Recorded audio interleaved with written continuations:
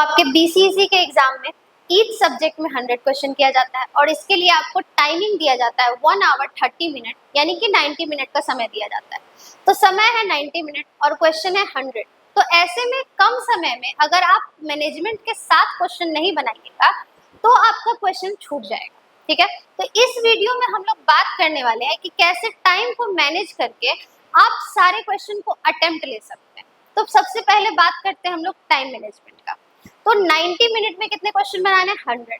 अब उसमें से 90 मिनट में से 10 मिनट आपका चला जाएगा अगर आप अटेंडेंस मार्क करते हैं, फिर थोड़ा सा माहौल को एडेप्ट करते हैं, थोड़ा सा आपका ध्यान इधर उधर चला जाता है, तो उसमें आपका 10 मिनट चला जाएगा। अब आपके पास बचा 80 मिनट। तो इस 80 मिनट में आपको कितना क्वेश्चन करना है? 100 क्वेश्चन करना है। तो पर क्वेश्चन आपको अगर कैलकुलेट करके देखें तो 48 to 50 सेकंड मिलने वाला है। ठीक है, तो इतना में भी आपको घबराने की जरूरत नहीं। अब हम लोग देखने वाले हैं कि इसको किस तरह से हम लोग अटेम्प्ट करें। तो आपको जो क्वेश्चन है वो 3 स्टेप में बनाना है। ठीक है, तो स्टेप 1 आप क्या फॉलो करिएगा कि आपको 20 to 30 क्वेश्चन ऐसा ढूंढना है जो कि आप या तो PYQ से बनाए हो, या तो क्वेश्चन बैंक से लगाए हो, या तो किसी सेट से बनाए हो, क्योंकि बीसीईसी में हर बार ऐसा क्वेश्चन आता है जो ऑलरेडी आप कभी ना कभी देख चुके होंगे, किसी ना किसी बुक में ऑलरेडी बना चुके होंगे। तो ये क्वेश्चन जो है वो आपको सीरीज में लगातार 20 से 30 क्वेश्चन नहीं मिलेगा, आपको पेज बाय पेज पलट पलट के और क्वेश्चन ढूंढना पड़ेगा कि इसमें से कौन सा क्वेश्चन है जो हमको ऑलरेडी आता है और हम बना चुके हैं। तो ऐसा क्वेश्चन आपको पहले मार्क करना है जैसे ही आप क्वेश्चन को पढ़ना शुरू करें वैसे ही। ठीक है, तो ये 20 to 30 क्वेश्चन आप कम समय में बना सकते हैं। ठीक है, अब ये स्टेप 1 फॉलो करने के बाद अब हम लोग आते हैं स्टेप 2 में।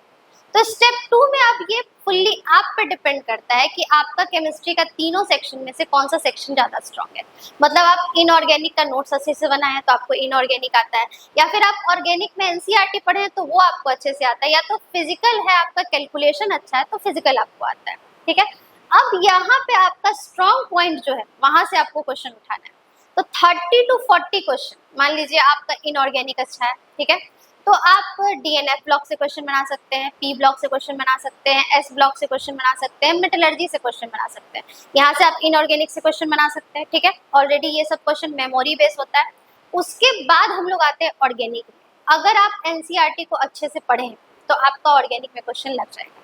तो यहाँ इनऑर्गेनिक, ऑर्गेनिक और कुछ फिजिकल के पार्ट मिला के आपको 30 से 40 क्वेश्चन आसानी से बन जाएगा। ठीक है, अब ये दोनों स्टेप को फॉलो करते हुए, स्टेप 1 और स्टेप 2 को फॉलो करते हुए, स्टेप 1 में हम लोग क्या किए थे? 20 से 30 क्वेश्चन के बारे में बात किए थे। स्टेप 2 में 30 से 40 क्वेश्चन के बारे में बात किए थे। तो टोटल आप 60 to 70 क्वेश्चन अटेम्प्ट ले चुके होंगे इस समय, और आपका टाइम कितना जा चुका होगा? 1 घंटा इसमें आपका जा चुका होगा।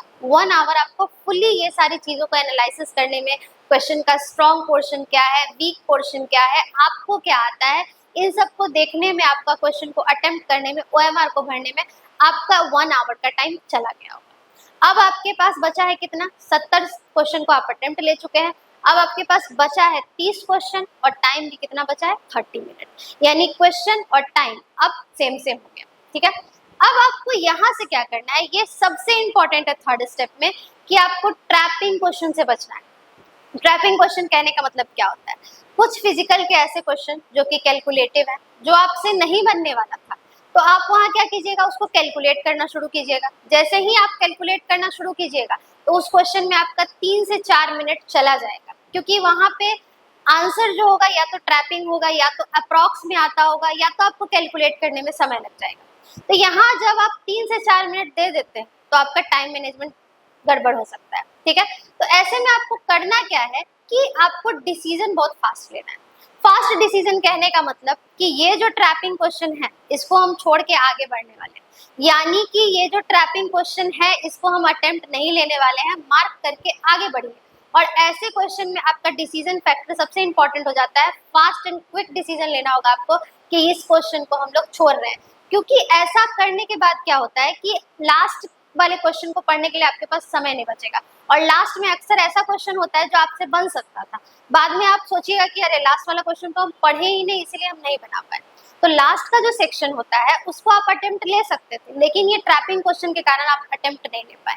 ठीक है, उसके बाद कुछ क्वेश्चन ऐसे आएंगे जो आपको बिल्कुल ही नहीं आता होगा, यानी कि ना इस टाइप का कभी आप पढ़े हैं, ना इसका आपको कॉन्सेप्ट आता है, ना आप इसको किसी बुक से देखे हैं, और ये फुल्ली 4 जो ऑप्शन दिया हुआ है वो भी आपके लिए बिल्कुल अनजान है। तो ऐसे टाइप के क्वेश्चन में आपको क्या करना है कि उसको अटेम्प्ट ही नहीं लेना है, क्योंकि ये नेगेटिव मार्किंग का गेम।